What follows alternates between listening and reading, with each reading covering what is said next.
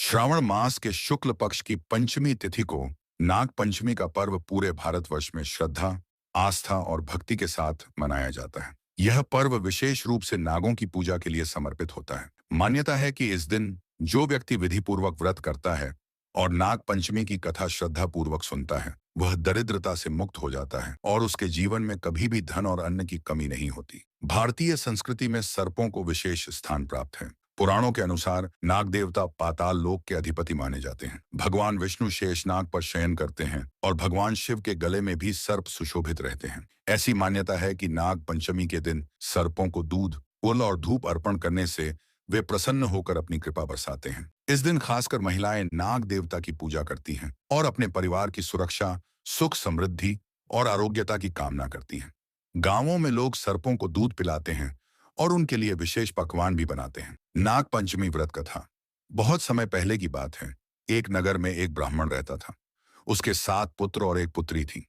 ब्राह्मण परिवार अत्यंत धार्मिक और परिश्रमी था। ब्राह्मण की पुत्री का नाम थी सुशीला, जो अत्यंत रूपवत, गुणी और संस्कारी थी। जब उसकी शादी का समय आया तो ब्राह्मण ने अच्छे कुल में उसका विवाह कर दिया। शादी के बाद जब वह ससुराल गई तो वहां की स्थिति अत्यंत दयनीय थी। उसका पति निर्धन था और दिन रात भोजन की चिंता रहती थी। सुशीला बहुत दुखी थी, लेकिन वह सास, ससुर और पति की सेवा में लगी रहती थी। एक दिन श्रावण माह की नाग पंचमी आई। सुशीला की पड़ोसन ने बताया कि इस दिन नाग देवता की पूजा की जाती है और व्रत कथा सुनी जाती है। सुशीला ने व्रत रखा और मंदिर जाकर कथा सुनी। कथा सुनने के बाद जब वह घर लौटी तो दरवाजे पर एक चमचमाता नाग बैठा था। वह डर गई, लेकिन नाग बोला, डरो मत, मैं नागराज हूँ। तुमने आज जो व्रत रखा है और मेरी कथा सुनी है, उससे मैं प्रसन्न हूँ। मैं तुम्हें वरदान देता हूँ कि तुम्हारे घर में कभी धन, अन्न या समृद्धि की कमी नहीं होगी। सुशीला ने नम्रता से प्रणाम किया और नागराज अंतर्ध्यान हो गए।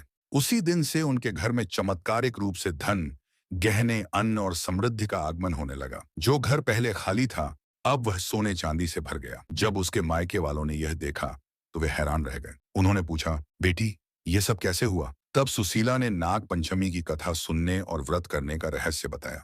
उसकी बात सुनकर नगर के सभी लोग नाग पंचमी का व्रत करने लगे और कथा सुनने लगे। सभी के जीवन में समृद्धि आने लगी, दरिद्रता समाप्त हो गई और हर घर में सुख शांति स्थापित हो गई। नाग पंचमी के दिन लोग प्रातः स्नान करके उपवास करते हैं। दीवारों पर गोबर से नाग देवता की आकृति बनाई जाती है या फिर नाग की मूर्ति की पूजा की जाती है। दूध, अक्षत, दूर्वा, पुष्प, कच्चा दूध, घी, हल्दी और कुशा आदि से पूजन किया जाता है। महिलाएं झुककर नाग देवता को प्रणाम करती हैं और यह प्रार्थना करती हैं, नाग देवता, जैसे आप भूमि के अंदर रहते हुए भी पूरे संसार की रक्षा करते हैं, वैसे ही आप हमारे परिवार की रक्षा करें। हमें कभी भी सर्पदंश, दरिद्रता या अनिष्ट का सामना न करना पड़े। इस दिन खेतों की जुताई नहीं की जाती, क्योंकि धरती के अंदर नागों का वास होता है। जमीन को न खोदने की परंपरा सर्पों को नष्ट न करने के उद्देश्य से बनी है। महिलाएं व्रत करके अपने भाई की लंबी उम्र की कामना करती हैं। कई स्थानों पर नाग देवता की प्रतिमा को दूध और केसर से स्नान कराया जाता है और चांदी का नाग भी चढ़ाया जाता है। पुराणों में वर्णित है कि महाभारत काल में जब जन्मेजय ने अपने पिता राजा परीक्षित की मृत्यु के बदले में सर्पों का यज्ञ करवाया था, तब ब्राह्मण आस्तिक ने नाग जाति को बचाया था। उस समय नागराज तक्षक की पूजा की गई थी और तभी से नाग पंचमी पर्व की शुरुआत मानी जाती है। नाग पंचमी केवल एक पर्व नहीं, बल्कि प्रकृति, जीव जंतुओं और मानव के बीच संतुलन और सद्भावना का प्रतीक है। इस व्रत और कथा का आध्यात्मिक, धार्मिक और सामाजिक महत्व अत्यंत गहरा है। यह कथा हमें यह भी सिखाती है कि श्रद्धा और आस्था से किया गया छोटा सा कार्य भी जीवन में बड़ा बदलाव ला सकता है। जो भी श्रद्धा पूर्वक इस दिन व्रत करता है और कथा सुनता है, उसका जीवन सुख, शांति और समृद्धि से भर जाता है। इसी कारण यह कहा जाता है कि नाग पंचमी व्रत कथा जो एक बार सुनता है, वह कभी गरीब नहीं रहता।